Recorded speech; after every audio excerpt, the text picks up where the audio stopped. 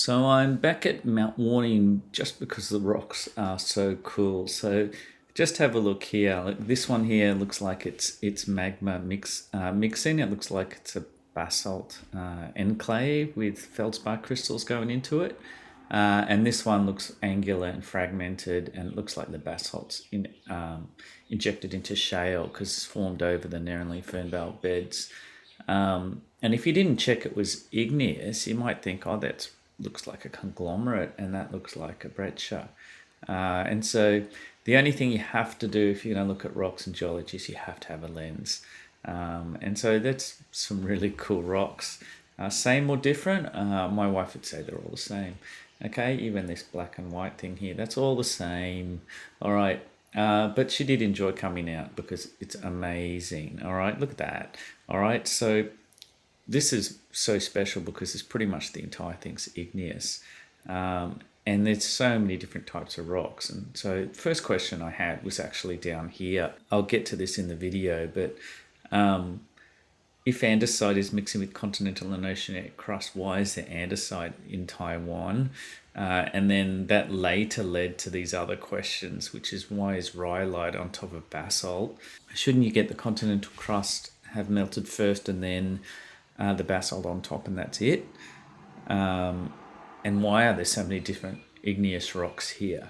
It's just a full smorgasbord of it.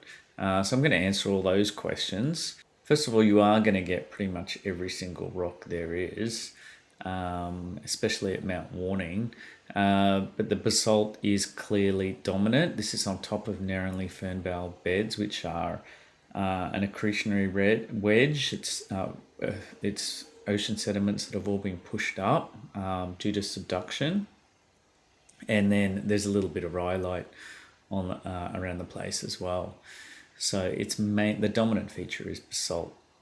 Now, I'm also going to be using these new 2011 books. Their geological maps are clearly nowhere as awesome as these things from the 1984 one. But they do add heaps of extra information, such as the fact that Mount Warning is actually a hot spot, where I was lazily just calling it, that must have been formed from subduction volcanics. But as you'll see, the whole point of this video is to explain in our terms what how we can work out it must have been a hot spot. Now, geologists have heaps of tools. I'm not going to go there. They can do an X-ray fluorescence and all sorts of things and easily work it out. But we're just sticking with as normal people, all right? We're not using all the extra tools that they have. And so the first thing, the question, as I said before, as all normal people do, the first thing I do when I'm planning to go somewhere is look at the geological map. I'm not really worrying about what I'm going to eat or where I'm going to stay or how I'm going to get there. And so you should be doing that too.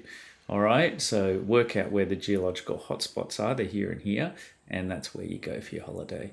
Okay. Now, then I saw, this is subduction of two oceanic crusts, and that all makes sense from the geological map. And then it's like, what the heck? There's andesite there. The classical definition of andesite is oceanic and continental crust mixing. And so I thought, that doesn't seem right. There's some issue going on there.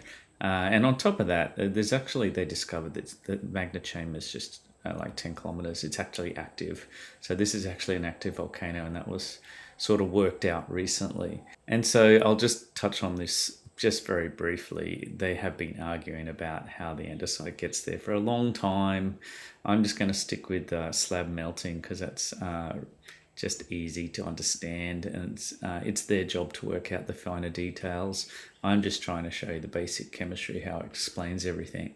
And so I'll leave it to them, and just know that andesite is the dominant rock in subduction volcanics, and that's not what we see. We don't see andesite here. And another important point is, how does magma even get created? So the first one is when you decrease the pressure, such as going up a mountain, phase changes are much easier. So you can boil water at 80 degrees Celsius instead of 100. And so if you have these things diverging, that decreases the pressure and magma can form. The other way is here. So this is the normal geotherm temperature, pressure, and everything's solid. So how do you get things to liquefy? The other one is just, I like to think of it as just like solar flares on the sun. There's a random hotspot that heats it up. It's just hotter there and it's melting. And the last one is a couple of things. It could actually be decreasing pressure as well. But when you add flux, which is volatile materials to a less volatile material, it lowers the boiling point. We use that to electrolyze, to melt aluminium, to electrolyze it and extract it. We use it for soldering. We mix two metals together and it lowers the melting point. So that's a common thing that we use, the flux, the addition of water or other materials. The fact that it's actually more silica based here, is lighter and it rises as well, is another reason why you get magma rising to the surface. Now this is significant because we need a magma chamber that lasts a long time, that's full of basalt, and that's what you get with hotspots. Now you can see it fractionally crystallizes. It can be around the edges, or it can just be a layer at the bottom and a layer at the top. And you can see once again more confusion, more igneous rocks that look like sedimentary rocks, not conglomerate and breccia this time, but maybe sandstones. So you got to use a lens and see that, oh my god, that's diorite or something. All right.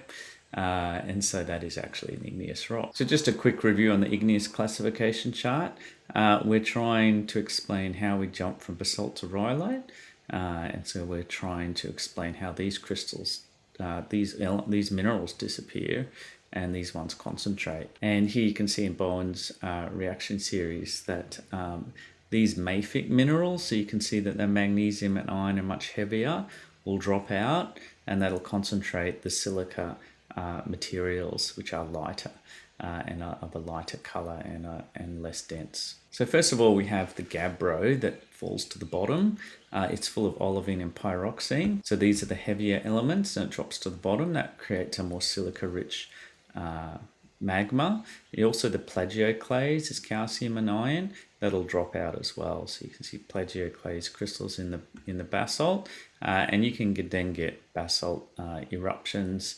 You could have got that before, but this is also enriching the silica in the basalt. And you can go to live webcams right now and see very similar shield volcanoes in Hawaii. All right, the next one this is the key one, is that there are diorite rocks everywhere around the core of Mount Warning, and they stick to the edges and are stored underground. And if they didn't, and they went into melt, then you would see rhyolite, you would see andesite flows, which is the grey intermediate between basalt black and rhyolite white. And so that's key. Then you can see, because there's so much of it around, that it has crystallized out and hardened because there's large crystals, so it's intrusive. Another key one is the selenite. Now you can see there's a huge, massive deposit here. So it's been stuck in the chamber.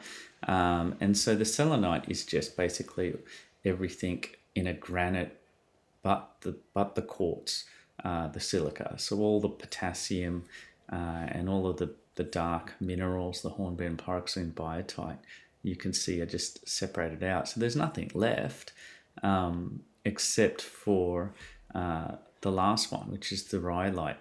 And so that is the flow that comes out. Now, rhyolite, of course, is more viscous because of all the silica and the strong covalent bonding. So it's more explosive. It doesn't flow as far because it's so viscous. And you see evidence of tuff and pumice around as well. And you can see layering of the flow because it's so thick. Now, once that has finished, the chamber can refill with more basalt, and then the cycle repeats. And this volcano was around the longest, and so you managed to get a cycle or two of this happening. And so that is what makes Mount Warning so special. So you can see basalt rhyolite, and there's basalt here on top at Purlingbrook Falls. And you can see that there's a small concentration of dots here, just slowed down. And so that's created the biggest shield volcano, not in Australia, in all of the southern hemisphere. And that's what makes Mount Warning so awesome. and one of the best places, geological hotspots in the world, I would say, certainly in Australia. All right, amazing place.